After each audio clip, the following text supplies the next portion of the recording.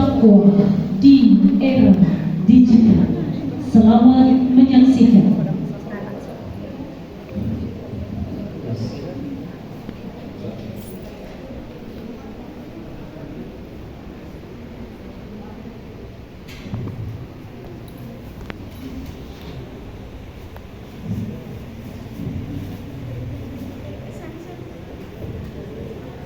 Bismillahirrahmanirrahim. Assalamualaikum warahmatullahi wabarakatuh.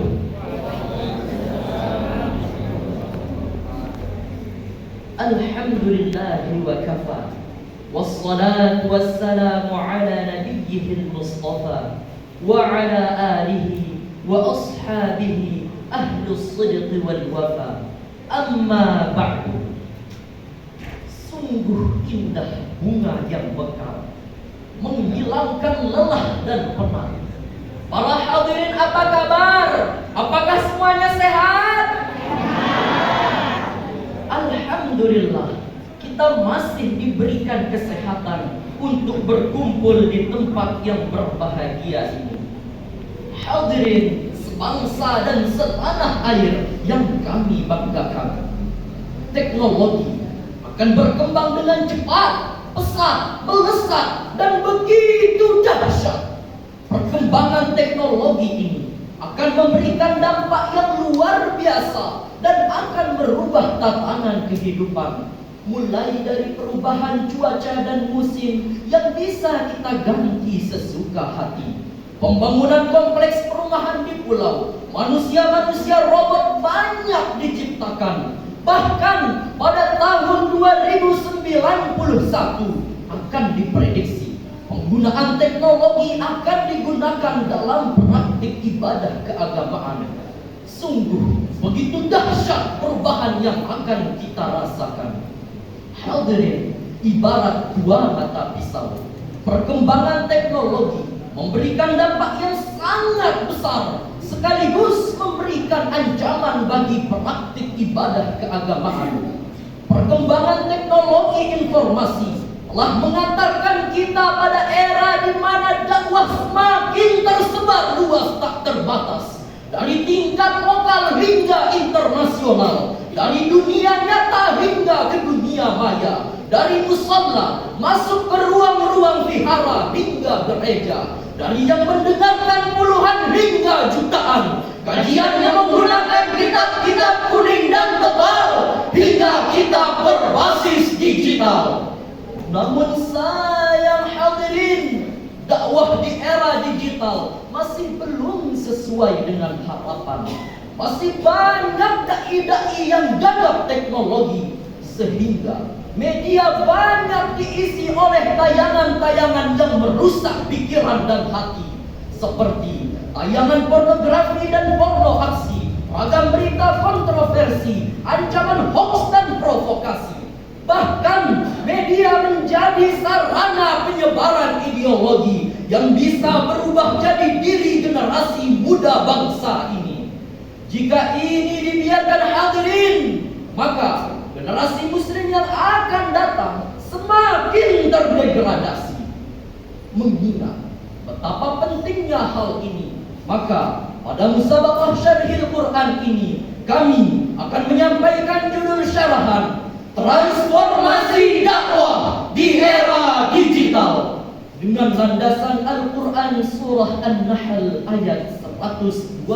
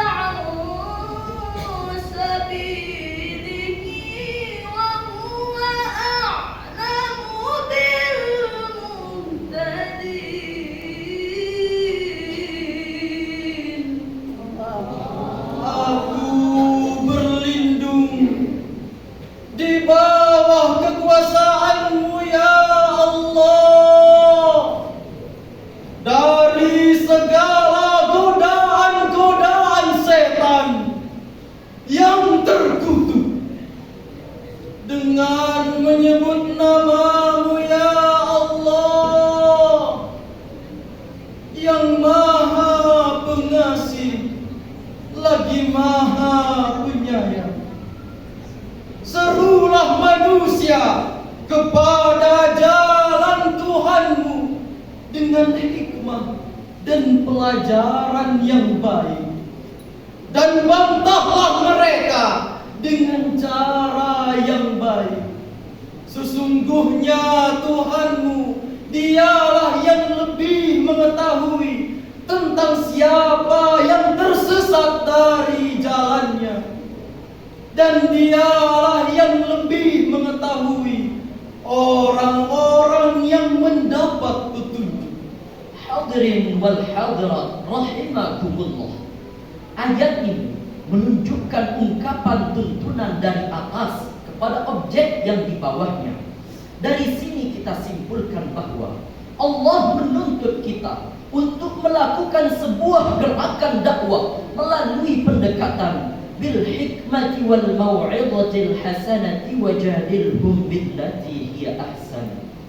Imam As-Sa'di dalam kitabnya Tafsir Karim Ar-Rahman dan Tafsir Kalam Al-Mannan juz 15 halaman 252 menjelaskan bahwa yang dimaksud dengan al-hikmah adalah setiap orang harus didakwahi sesuai dengan keadaan, pemahaman serta ketaatannya. Dakwah dengan hikmah adalah kaidah yang didasari dengan ilmu pengetahuan sebagai landasan, di mana prinsip dakwah yang kita pegang adalah menang tanpa tanding dan bertindak tanpa kekerasan, sehingga melahirkan sebuah terobosan dakwah melalui pagelaran wayang, di mana yang menonton tenang, senang, tertawa riang dan tidak uring-uringan, bisa sambil makan dan pulangnya perut terasa kenyang, tidak menimbulkan perpecahan, perkelahian, apalagi peperangan. Dahsyatnya hadirin, setelah pulang banyak di antara mereka yang memeluk agama Islam. Dengan demikian, dakwah bil hikmah mendorong adanya transformasi dakwah di era digital dengan menghadirkan konten-konten dakwah yang indah, ramah, menggugah, namun tetap berfaedah.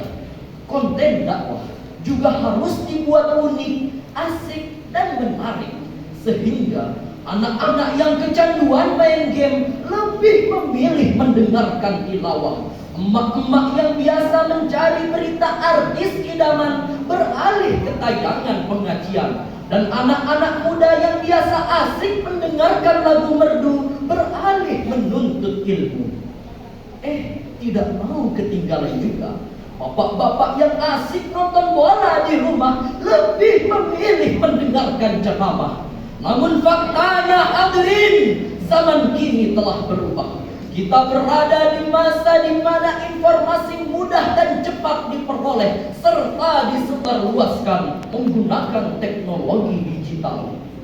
Tanpa kita sadari, kehidupan masyarakat saat ini sangat bergantung dengan penggunaan teknologi digital. Mulai dari menyapa tanpa berjumpa, berbicara tanpa bersuara, memuji tanpa kata, hingga bekerja tanpa memakan waktu yang lama. Era inilah yang disebut era digital. Hadirin jamaah syarhil Quran, a'azzani Allah wa iyyakum. Konten dakwah harus diisi dengan perkataan yang lemah lembut, tidak kasar dan tidak mencela, dan yang menginspirasi, bukan memprovokasi, apalagi memancing emosi, mengajak, bukan mengejek, yang menyebarkan kebaikan, bukan kebencian, menghadirkan rahmat, bukan laknat, yang merangkul, bukan memukul. Inilah mengapa ayat ini sangat tepat untuk dijadikan landasan etis dan metodis dalam melakukan transformasi dakwah di era digital. Hadirin, begitu besar peluang dakwah melalui media sosial di era digital. Namun fakta di lapangan menunjukkan bahwa konten-konten dakwah masih belum menjadi siaran favorit dan jarang viral. Sekalinya viral, biasanya tentang isu Islam yang radikal dan fundamental. Konten-konten hiburan seperti drama Korea, musik orkestra, ragam olahraga, berita artis, dan rumah tangga mereka lebih diminati oleh masyarakat Indonesia dibanding dengan ceramah agama. Inilah yang disajikan oleh Asosiasi Penyedia Jasa Internet Indonesia. Oleh karena itu, semangat dalam mengajak kebaikan dan mencegah kemungkaran harus tertanam dalam diri kita semua. Allah Subhanahu wa Ta'ala memberikan kita gelar khair ummah sebagai umat terbaik, sebagaimana dalam firman Allah Subhanahu wa Ta'ala dalam Quran surah Ali Imran ayat 110.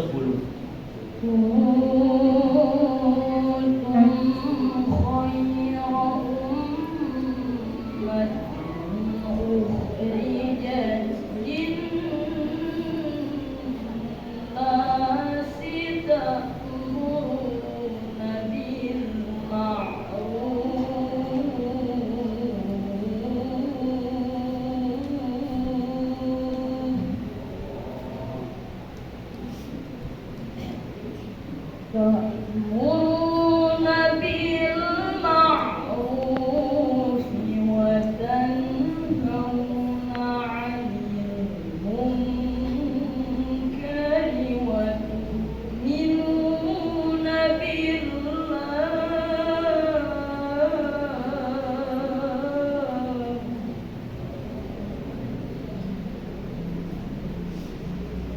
ولو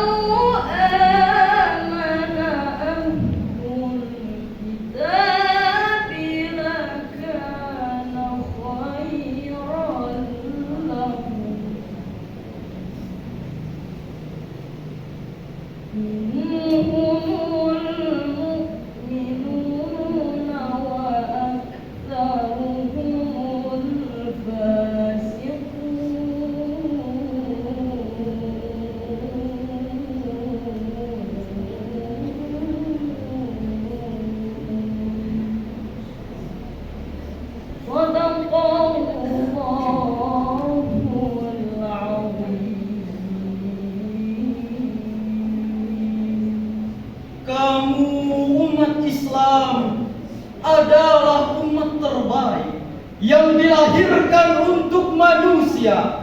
Selama kamu menyuruh berbuat yang ma'ruf, mencegah dari yang mungkar, dan beriman kepada Allah.